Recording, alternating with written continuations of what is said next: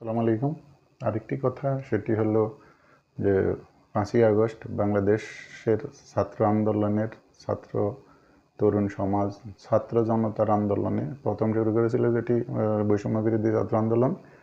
সেখান থেকে এটি পরবর্তীতে গণ আন্দোলনের রূপ নেয় এবং ছাত্র জনতার সম্মিলিত আন্দোলনের মাধ্যমে স্বৈরাচারের পতন হয় এবং ৫ই আগস্ট সে দেশ ছেড়ে পালাতে বাধ্য হয় গোপনে, নেতাকর্মীদেরকে না জানিয়ে, কোনো মেসেজ না দিয়েই নিজের স্বার্থ উদ্ধার করে নিজের যান বাঁচিয়ে দেশ থেকে পালায় এবং দেশের ভারতে গিয়ে আশ্রয় নেয়। তো সেই ক্ষেত্রে যে হাজার হাজার শত শত এমনকি মতান্তরে ১-১.৫ হাজার ১৫০০-২ হাজার ছাত্রছাত্রীকে হত্যা করা হয়েছিল। সেই জীবনের বিনিময়ে যারা রক্তের বিনিময়ে যারা অর্জিত দ্বিতীয় স্বাধীনতা, সেই বাংলাদেশের ৭১ সালের পরবর্তীতে আবার ৫ই আগস্ট ২০২৪-এ অর্জিত স্বাধীনতা। তো সেই স্বাধীনতাকে আবার কলঙ্কিত করার জন্য বিভিন্ন ষড়যন্ত্র চলছে এবং জয় তার মা যেদিন বাংলাদেশ থেকে পালিয়ে ভারতে গিয়েছিল সেই দিন সে বলেছিল যে আমার মা আর কোনোদিন রাজনীতি করবে না, আমরা রাজনীতির সাথে নেই, আমাদের পরিবারের কেউ রাজনীতি করবে না, তা আপনারা বাংলাদেশের মানুষ আপনারা কী করবেন সেটা আপনাদের ব্যাপার, এই ব্যাপারে আমাদের কোনো সমস্যা নেই, আমরা কোনো চিন্তা ভাবনা করি না, আপনাদের সমস্যা আপনারাই বুঝেন, আমাদের বোঝার বলার কিছু নেই। আবার একদিন পরে বলে যে না, আমরা আছি আপনাদের পাশে, আমরা ঘুরে দাঁড়াবো, আপনারাও ঘুরে দাঁড়ান, আমরা কোথাও যাইনি, মরে যাইনি। আবার বলে যে তার মা নাকি পদত্যাগ করেনি, সে এখনও বাংলাদেশের প্রধানমন্ত্রী।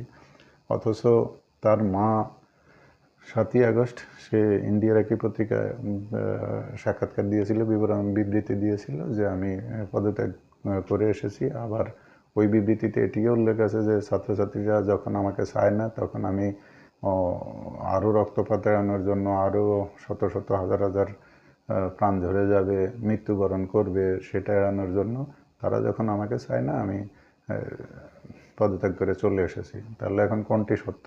একজন বলে, ছেলে বলে মা পদত্যাগ করে নাই, আবার বলে চলে এসেছে, আমাদের আর রাজনীতি করব না, আবার করবে, আবার বলে যে প্রধানমন্ত্রী আছে, আবার মা বলে যে না আমি পদত্যাগ করে এসেছি। তাহলে দেখেন কোনটা সত্য আর কোনটা মিথ্যা ধরবেন। এইভাবেই মানুষকে বিভ্রান্ত করে ১৬ বছর চালানো হয়েছিল এবং এই দেশবাসীর উপর দিয়ে অত্যাচারের স্টিম রোলার চলেছিল। দেশকে আর্থিকভাবে ধ্বংস করা হয়েছিল, রাজনৈতিকভাবে ধ্বংস করা হয়েছিল, মানুষের জীবনকেও ধ্বংস করা হয়েছিল, হাজার হাজার মানুষকে খুন করা হয়েছিল।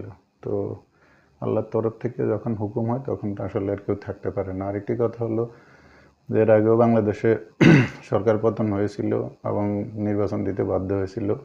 তারা কেউই, এমনকি এরশাদ, সে নিজেও গণ অভ্যুত্থানে তার পতন হয়েছিল, সেও কিন্তু একজন স্বৈরশাসক হওয়ার পরেও সে কিন্তু দেশ ছেড়ে পালায়নি। অথচ বাংলাদেশের ইতিহাসে এই ঘটনা, এর আগে আরও ২বার খালেদা জিয়া ছিল, সেও ২বার পদত্যাগ করেছে, ক্ষমতা ছেড়েছে, কিন্তু দেশ থেকে কোথাও পালিয়ে যায়নি। আর বাংলাদেশের এই বাংলার আজ থেকে ১২০৭ বছর আগে ১৮১৭ সালে একজন শাসক ছিল, সে এই বাংলা ছেড়ে মানুষের আন্দোলনের মুখে তাকে পালাতে হয়েছিল। আবার এই ১২০৭ বছর পরে আবার আরেকটি ঘটনা ঘটেছে যে শেখ হাসিনা এই দেশের অবৈধ প্রধানমন্ত্রী, তারা বিনা ভোটের প্রধানমন্ত্রী, সেও এই দেশে পালিয়েছিল এবং এই ১২০৭ বছর পরে বাংলাদেশে আবার নতুন রেকর্ড হয়েছে। সুতরাং এই ঘটনাকে বিভিন্নভাবে বিভ্রান্ত করে কোনো লাভ নেই, যা হবার মানুষ সব জানে, আর জনগণ অনেক সচেতন এবং ভবিষ্যতে বাংলাদেশ দ্রুত গতিতে উন্নতি লাভ করুক, সুখে শান্তিতে মানুষ থাকুক, সর্বদিক থেকে মানুষের শান্তি সমৃদ্ধি কামনা করি। আসসালামু আলাইকুম।